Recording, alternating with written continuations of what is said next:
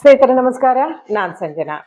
ಇನ್ನು ಕೆಲವೇ ದಿನದಲ್ಲಿ 12ನೇ ಅಂತಾರಾಷ್ಟ್ರೀಯ ಯೋಗ ದಿನಾಚರಣೆಯನ್ನ ನಾವು ಆಚರಿಸ್ಕೊಳ್ತಾ ಇದ್ದೀವಿ. ಈ ವರ್ಷದ ಅಂದ್ರೆ 12th international yoga day theme is yoga for healthy ageing, ಅಂದ್ರೆ ಆರೋಗ್ಯಕರವಾದ ವಯೋವೃದ್ಧಿಗಾಗಿ ಯೋಗ ಅಂತ ಈ ವರ್ಷದ ಒಂದು ಧ್ಯೇಯವಾಕ್ಯ.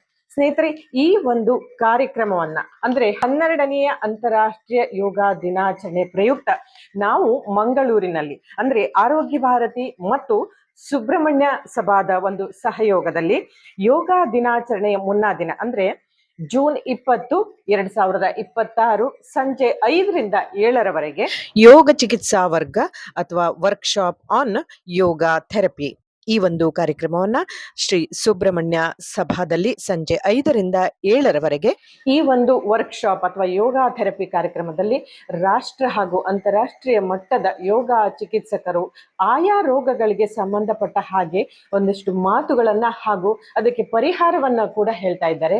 ಹಾಗಾಗಿ ಯಾರು ಮೊದಲನೇದಾಗಿ ಯಾವ ಕಾಯಿಲೆಗೆ ಹೇಳ್ತಾ ಇದ್ದಾರೆ ಅದನ್ನ ಕೇಳೋಣ ಬನ್ನಿ. ಮೊದಲನೇದಾಗಿ ಯೋಗ ರತ್ನ ಶ್ರೀ ಗೋಪಾಲಕೃಷ್ಣ ದೇಲಂಪಾಡಿ ಅವರು ಏನ್ ಹೇಳ್ತಾ ಇದ್ದಾರೆ, ಅವರು ಕೂಡ ಬರ್ತಾ ಇದ್ದಾರೆ ನೋಡಿ. ಎಲ್ಲರಿಗೂ ಸಹ ವಂದನೆಗಳು. ಆರೋಗ್ಯ ಭಾರತಿ ಮತ್ತೆ ಶ್ರೀ ಸುಬ್ರಹ್ಮಣ್ಯ ಸಭಾದ ಸಹಯೋಗದಲ್ಲಿ ಯೋಗ ದಿನಾಚರಣೆಯ ಮುನ್ನಾ ದಿನ ಯೋಗ ಚಿಕಿತ್ಸಾ ವರ್ಗ ಅಂದ್ರೆ ಯೋಗ ಥೆರಪಿಯ ಬಗ್ಗೆ ಅಂದ್ರೆ ಈ ಸಂದರ್ಭದಲ್ಲಿ ಮಧುಮೇಹದ ನಿಯಂತ್ರಣೆ ಅಂದ್ರೆ ಡಯಾಬಿಟಿಕ್ ಹೇಳ್ತೀವಿ, ಇದರ ನಿಯಂತ್ರಣೆಗೆ ಯಾವ ಯೋಗ ಸಹಕಾರಿ, ಹಾಗೆ ಮುದ್ದೆಗಳು ಯಾವ ರೀತಿ ಮಾಡಬಹುದು ಎಂಬ ಬಗ್ಗೆಯ ಸಮಗ್ರ ಮಾಹಿತಿ ನಾನು ಗೋಪಾಲಕೃಷ್ಣ ದೇಲಂಪಾಡಿ ಇದರ ಬಗ್ಗೆ ಪ್ರಾತ್ಯಕ್ಷಿಕ ಮೂಲಕ ವಿವರ ನೀಡುತ್ತೇನೆ.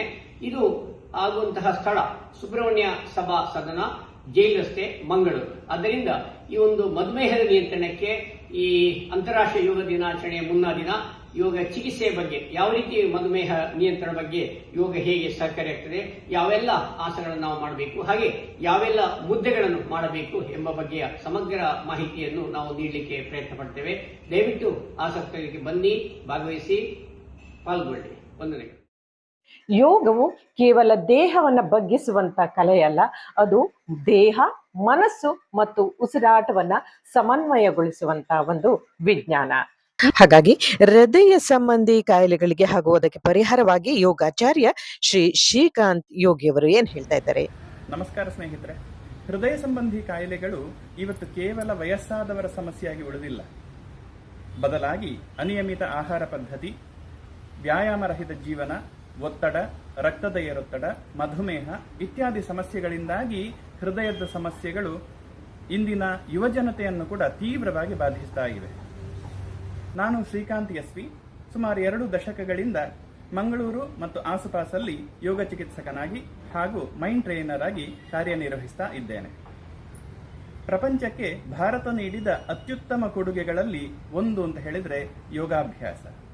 ಈ ಯೋಗಾಭ್ಯಾಸ ಕೇವಲ ಮನುಷ್ಯನ ಜೀವನದ ಔನ್ನತ್ಯಕ್ಕೆ ಮಾತ್ರವಲ್ಲದೆ ಆರೋಗ್ಯ ನಿರ್ವಹಣೆಯಲ್ಲಿ ಕೂಡ ಬಹಳ ಪ್ರಮುಖವಾದ ಪಾತ್ರವನ್ನು ವಹಿಸ್ತಾ ಇದೆ. ಇವತ್ತಿನ ವೈಜ್ಞಾನಿಕ ಸಂಶೋಧನೆಗಳು ಕೂಡ ನಿರಂತರವಾದ ಯೋಗಾಭ್ಯಾಸ, ಕ್ರಮಬದ್ಧವಾದ ಯೋಗಾಭ್ಯಾಸ ಹೃದಯದ ಆರೋಗ್ಯವನ್ನು ಕೂಡ ಕಾಪಾಡಿ ಮನುಷ್ಯ ದೀರ್ಘಕಾಲ ಜೀವಿಸಲು ಸಹಾಯವಾಗ್ತದೆ ಅಂತ ಹೇಳ್ತಾ ಇವೆ. ಇದೇ ಬರುವ ತಾರೀಕು 20 ಜೂನ್ ಶನಿವಾರ ಸಾಯಂಕಾಲ 5 ಗಂಟೆಯಿಂದ 7 ಗಂಟೆಯವರೆಗೆ ಆರೋಗ್ಯ ಭಾರತಿ ಮತ್ತು ಶ್ರೀ ಸುಬ್ರಹ್ಮಣ್ಯ ಸಭಾ ಮಂಗಳೂರು ಇವರು ಜಂಟಿಯಾಗಿ ಮಂಗಳೂರಿನ ಸುಬ್ರಹ್ಮಣ್ಯ ಸಭಾ ಭವನ ಕರಂಗಲಪಾಡಿ ಇಲ್ಲಿ ಒಂದು ಯೌಗಿಕ ಅಭ್ಯಾಸ ವರ್ಗವನ್ನು ಏರ್ಪಡಿಸಿದ್ದಾರೆ. ಇಲ್ಲಿ ಹೃದಯ ಸಂಬಂಧಿ ಸಮಸ್ಯೆಗಳು ಮತ್ತು ಅವುಗಳಿಗೆ ಯೌಗಿಕ ಪರಿಹಾರ ಎನ್ನುವ ವಿಷಯದ ಬಗ್ಗೆ ನಾನು ಮಾತಾಡಲಿಕ್ಕಿದ್ದೇನೆ. ನಿಮ್ಮ ಹೃದಯದ ಆರೋಗ್ಯವನ್ನು ಕಾಪಾಡಿಕೊಳ್ಳಲಿಕ್ಕೆ, ನಿಮ್ಮ ಪ್ರೀತಿ ಪಾತ್ರರ ಆರೋಗ್ಯವನ್ನು ಕಾಪಾಡಿಕೊಂಡು ವರ್ಧಿಸಲಿಕ್ಕೆ ದಯವಿಟ್ಟು ಈ ಸಭೆಯಲ್ಲಿ ಭಾಗವಹಿಸಿ. ನಮಸ್ತೆ. ಹಿಂದೆ ವಯಸ್ಸಾದವರಲ್ಲಿ ಕಾಯಿಲೆ ಬರ್ತಿತ್ತು, ಇವತ್ತು ಕಾಯಿಲೆಗೆ ವಯಸ್ಸಂತ ಬೇಕಿಲ್ಲ. 70 ವರ್ಷದ ಕಾಯಿಲೆ 20ಕ್ಕೆ ಬರ್ತಾ ಇದೆ. ಫಾರ್ ಎಕ್ಸಾಂಪಲ್ BP ಇರ್ಬೋದು, ಶುಗರ್ ಇರ್ಬೋದು ಅಲ್ವಾ. ಈ BP ಅಂದ್ರೆ ಹೈ BP ಇರ್ಬೋದು ಅಥವಾ ಲೋ BP ಇರ್ಬೋದು, ಶ್ವಾಸಕೋಶಕ್ಕೆ ಸಂಬಂಧಪಟ್ಟ ಹಾಗೆ ಅದಕ್ಕೆ ಕಾರಣ ಮತ್ತು ಪರಿಹಾರವನ್ನ ಹೇಳಿಕೆ ಬರ್ತಾ ಇರೋರು ಯೋಗ ಚಿಕಿತ್ಸಕರು, ಯೋಗ ಶಿಕ್ಷಕ ಶ್ರೀ ಕುಶಾಲಪ್ಪ ಗೌಡ್ರು ಬರ್ತಾ ಇದ್ದಾರೆ. ಇನ್ನು ಕೊನೆಯದಾಗಿ ನಾನು ಸಂಜನಾ, ಮಂಡಿ ನೋವು, ಬೆನ್ನು ನೋವು, ಸೊಂಟ ನೋವು ಈಗಿನ ಒಂದು ದಿನಚರಿಯಲ್ಲಿ ಸಹಜವಾಗಿ ಬರುವಂತದ್ದು. ಕೇವಲ 40 ವರ್ಷ ಆದ್ಮೇಲೆ ಅಲ್ಲ, 20 ವರ್ಷ, 15 ವರ್ಷಕ್ಕೆ ಕತ್ತು ನೋವು, ಸೊಂಟ ನೋವು ಬರ್ತಾ ಇರತ್ತೆ. ಕಾರಣ ಏನು? ಎಸ್, ಗೊತ್ತೇ ಇದೆ, ಅದೇ ಅಲ್ವಾ? ಎಸ್, ಅದೇ. ಸೊ ಅದು ಯಾವುದು ಅಲ್ಲಿ ಹೇಳ್ತೇನೆ, ನೀವು ಈ ಒಂದು ಕಾರ್ಯಕ್ರಮಕ್ಕೆ ಖಂಡಿತವಾಗಿ ಬರಬೇಕು ಅಂತ ಹೇಳ್ತಾ ಬರ್ತೀರಲ್ಲ. ಸೊ ಕೊನೆಯದಾಗಿ ಒಂದು ಮಾತು, ಯೋಗ ಒಂದು ಔಷಧಿ ಅಲ್ಲ, ಇದು ಅನೇಕ ರೋಗಗಳನ್ನ ದೂರವಿಡುವ ಅದ್ಭುತ ಜೀವನ ಶೈಲಿ, ಜೀವನ ಪದ್ಧತಿ. ಇನ್ನು ಹಲವಾರು ವಿಚಾರಗಳನ್ನ ನಾವು ಅಲ್ಲಿಯೇ ಕೇಳೋಣ ಅಲ್ವಾ? ಸೊ ಈ ಒಂದು ಕಾರ್ಯಕ್ರಮಕ್ಕೆ ತಪ್ಪದೆ ಬರಬೇಕು ಅಂತ ಹೇಳ್ತಾ, ಜೂನ್ 20, 2026 ಸಂಜೆ 5ರಿಂದ 7ರವರೆಗೆ ಮಂಗಳೂರಿನ ಸುಬ್ರಹ್ಮಣ್ಯ ಸಭಾದಲ್ಲಿ ನಿಮ್ಮ ಆಗಮನಕ್ಕಾಗಿ ನಾವು ಕಾಯ್ತಾ ಇದ್ದೇವೆ. ನಮಸ್ಕಾರ. ಹ್ಯಾಪಿ ಆಗಿರಿ ಅಂಡ್ ಹೆಲ್ದಿ ಆಗಿರಿ.